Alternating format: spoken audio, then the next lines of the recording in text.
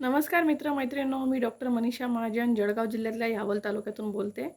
मित्रांनो, मी तालुका वैद्यकीय अधिकारी म्हणून काम करते. त्यामुळे मला लसीकरण साठी सेशन क्रिएट करणे, लस वेळेवर उपलब्ध करून देणे, अ, लसींच्या आधी अँटिजेन टेस्टिंग करून घेणे आणि लसींच्या किती डोस झाले असे शासनाला वेळोवेळी रिपोर्टिंग करणे, अशी बरीचशी कामं शासकीय लेव्हलला चालू आहे. त्यामुळे थोडा वेळ कमी पडतोय. मित्रांनो, आजचा आपला विषय आहे, की आपण लस जी घेतो आहोत, ती कितपत योग्य आहे, सुरक्षित आहे आणि काही गैरसमज असतील, तर ते आपण कसे दूर केले पाहिजे. तर सगळ्यात पहिला गोष्ट आहे, की आपल्याकडे 2 लसी आहे, कोविशिल्ड आणि कोव्हॅक्सिन.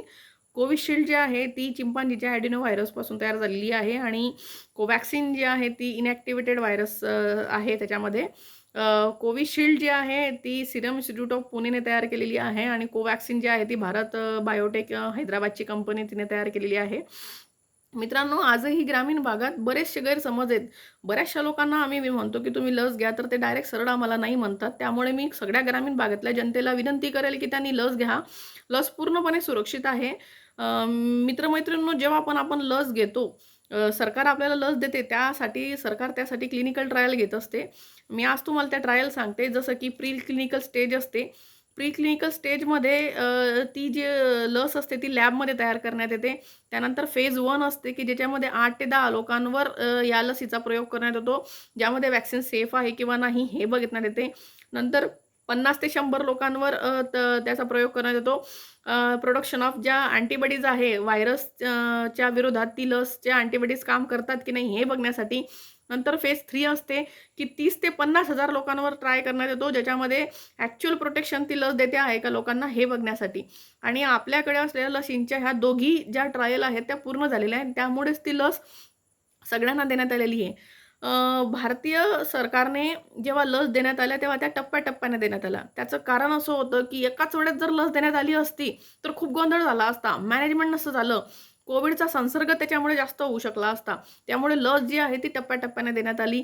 आधी फ्रंटलाईन वर्कर आणि हेल्थ केअर वर्करना देण्यात आली. त्यानंतर 60च्या वरती कोमॉर्बिडिटी असतील त्यांना देण्यात आली. नंतर 60च्या वरती सरसकट, नंतर 45च्या वरती कोमॉर्बिडिटी असणाऱ्या लोकांना, नंतर 45च्या वरच्या लोकांना सरसकट, नंतर मग आता कुठं लस 18 ते 44च्या वयोगटासाठी सुरू झालेली आहे. कोव्हॅक्सिन जी आहे ती 18 ते 44च्या लोकांनी घ्यायची आहे. कोविशिल्ड जी आहे ती 45 वर्षाच्या वरच्या लोकांनी घ्यायची आहे. बरं. लस घेतल्यानंतर आपल्याला जर काही साइड इफेक्ट येतात का? तर लस घेतल्यानंतर मी आधी पण सांगितलं, की लस घेतल्यानंतर हात दुखतो, थोडा ताप येतो आणि ते सिम्प्टम जे असतात ते ऑटोमॅटिक जातात. नाही गेले तर आपण एक पॅरासिटामॉल घेतली त्याच्याने पण ते बरं होऊ शकतं.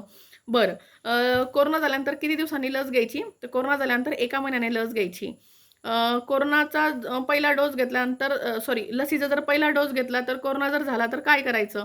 तर लसीचा पहिला डोस घेतल्यानंतर जर कोरोना झाला, तर ज्या दिवशी कोरोना डिटेक्ट होतो तिथून पुढे 1 महिना थांबायचं आणि त्यानंतर मग लस तुम्ही घेऊ शकतात. बरं. कोविशिल्डच्या लसीमध्ये किती अंतर असलं पाहिजे? तर कोविशिल्डमध्ये 6 ते 8 आठवड्यांचा गॅप असला पाहिजे दुसऱ्या डोसमध्ये. कोविशिल्डच्या पहिल्या आणि दुसऱ्या डोसमध्ये 6 ते 8 आठवड्यांचा गॅप असला पाहिजे. कोव्हॅक्सिनच्या पहिल्या आणि दुसऱ्या याच्यामध्ये जवळपास 4 ते 6 आठवड्यांचा गॅप असला पाहिजे. बरं. कोविशिल्ड जी लस जी आहे, कोविनची जी लस आहे, ती दारू पिणाऱ्या लोकांना काही त्रास होतो का? किंवा दारू घेतली की चांगलं होतं किंवा काय असे जे प्रश्न आहेत. तर मित्रांनो, मुळात दारू ही चांगली गोष्ट नाहीये. ती घ्यायलाच नको पाहिजे. ती आरोग्याला हानिकारक आहे.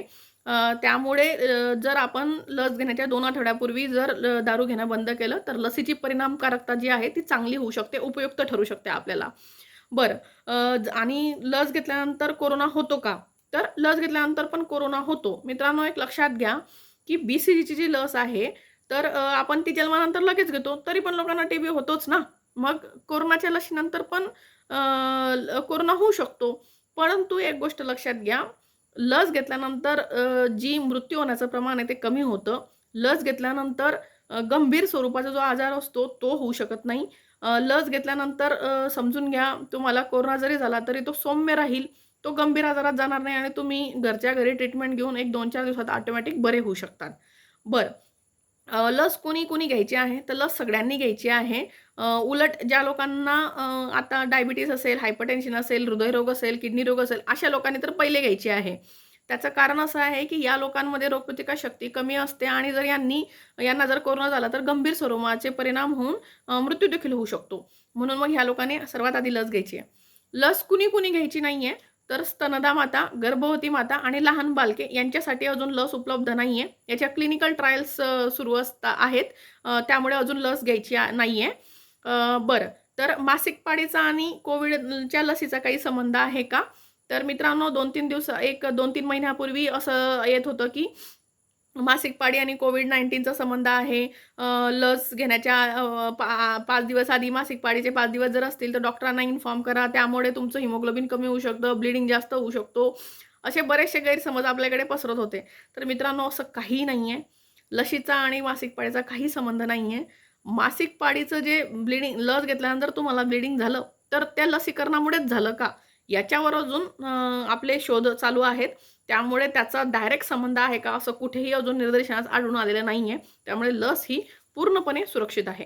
सर्वात शेवटची गोष्ट, जे असे लोकं आहेत ज्यांच्याकडे कोणत्याही प्रकारचं कार्ड नाहीये, जसं की आधार कार्ड नाही, पॅन कार्ड नाही, वोटर आयडी कार्ड नाही, पासबुक नाही, बँकेचं नाही किंवा पोस्टल नाही, पासपोर्ट नाही, वोटर आयडी कार्ड नाही, असे कोणतेही नसलेले जे लोकं आहेत, जसे की साधू-संत, तृतीयपंथी लोकं, हॉस्पिटलमध्ये राहणारे म्हणजे मेंटल हॉस्पिटलमध्ये ट्रीटमेंट घेणारे रुग्ण, नंतर जेलमध्ये भरपूर दिवसापासून असणारे आरोपी, भूकंप आणि त्सुनामीमध्ये असणारे पुनर्वसन भागात असणारे लोकं, त्यानंतर असे असे लोकं की ज्यांच्याकडे जे दुर्गम भागात राहतात, ज्यांच्याकडे कोणतेही सर्टिफिकेट नाहीये, जन्माची नोंद नाही, अशा सगळ्या लोकांसाठी शासन लवकरच एक वेगळं सेशन क्रिएट करणार आहे. ज्यामध्ये या सगळ्या लोकांना लस देण्यात येणार आहे.